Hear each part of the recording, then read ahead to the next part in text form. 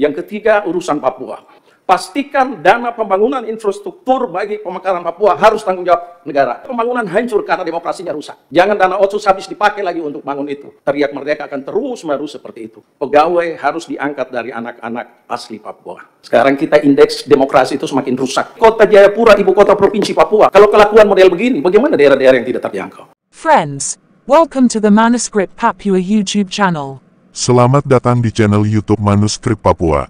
Ini adalah video anggota Komisi 2 DPR RI Komarudin Watubun saat rapat kerja dengan Mendagri Tito Karnavian pada Kamis tanggal 31 Oktober tahun 2024. Komarudin Watubun membeberkan terkait kasus pelanggaran pemilu yang diduga dilakukan oleh PJ Wali Kota Jayapura dengan kepala distrik dan lurah di Jayapura dengan tujuan memenangkan calon gubernur tertentu yang diduga paslon nomor urut ... Lantas siapa paslon nomor urut ... ini? Ada yang tahu siapa nomor urut ... ini? Tolong tanggapi di kolom komentar. Ini sebagai transparansi informasi kepada masyarakat Indonesia bahwa betapa buruknya cara berpolitik di negara ini. Komarudin juga menyinggung soal indeks demokrasi di Indonesia yang semakin merosot dan hancur karena kepentingan pejabat publik. Dia mengatakan pembangunan hancur karena demokrasi yang rusak. Juga berkaitan dengan dana pembangunan infrastruktur pemekaran di Papua, itu harusnya tanggung jawab negara bukan dicuri dari dana otsus Papua.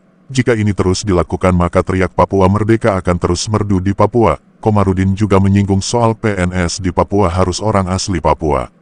Salam hormat dari saya YouTuber Manuskrip Papua, dan tolong, kalau mau komentar wajib sopan. Manuskrip. Selanjutnya Pak Komarudin Watubun dari PDI Perjuangan.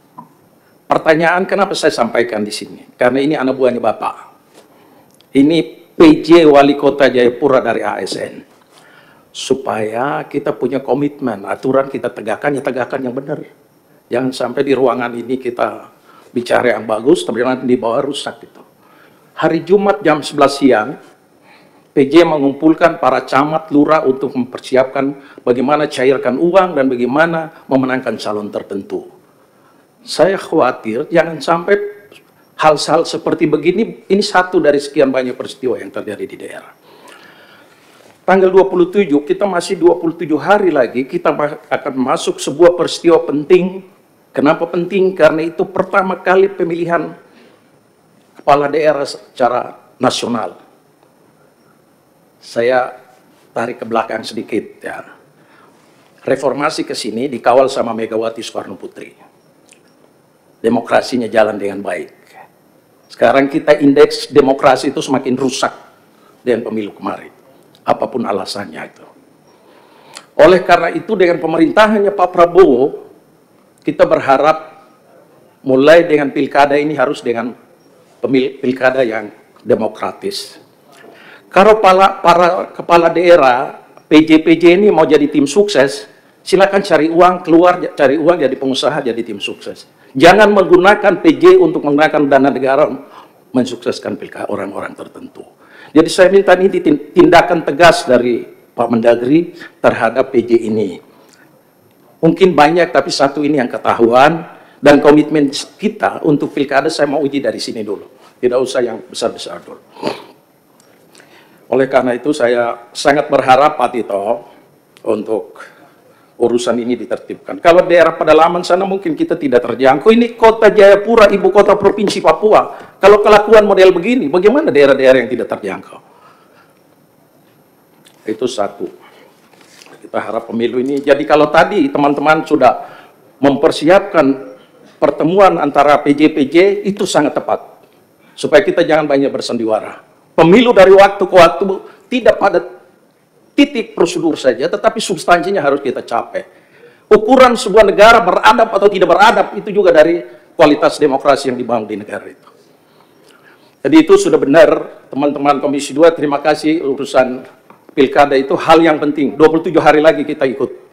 Jadi harus itu dilaksanakan supaya fungsi pengawasan di DPR ini juga jalan dengan baik.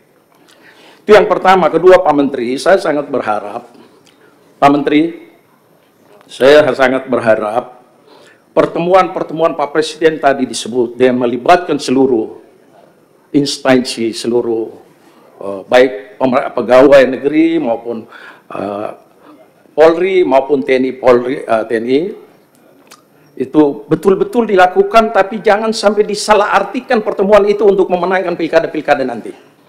Pengalaman kita dulu pertemuan seperti itu oleh zaman Pak Jokowi, kemudian lalu pemilu itu diartikan sebagai mendukung si A, si B, dan si C. Ini tidak boleh kita ulang lagi sejarah seperti begini. Keledai sekalipun tidak akan masuk ke lubang yang sama untuk kedua kali.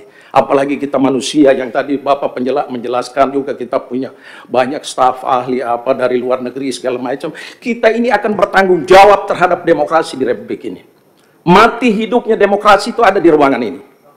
Kenapa di sini ada Dagri, di sini ada KPU, di sini ada Bawaslu. Pemilihan umum akan bertolak dari sini. Pak Ketua, Anda masih muda, akan bertanggung jawab pada sejarah ini. Kita ini sudah tua-tua, mungkin besok sudah mati. Tapi reformasi jangan kita hianati, karena kita semua punya kesempatan duduk di sini, terlepas dari orang yang berdarah-darah 98 itu. Itu yang harus diingat. Oleh karena itu saya tetap konsen urusan ini. Silakan yang lain urus yang lain yang besar-besar. Saya ingin kita mulai 1000 langkah itu harus mulai dengan langkah pertama. Kita pastikan 2000 pemilu tanggal 27 November ini benar-benar pemilu yang jujur dan adil. Masa kita bangsa yang sudah berapa puluh tahun demokrasi berjalan, sekarang indeks demokrasinya turun 0 lagi. Pembangunan silakan. Pak Harto dulu mengutamakan pembangunan. Tapi ketika pembangunan hancur karena demokrasinya rusak, jangan mengulangi sejarah itu. Ya.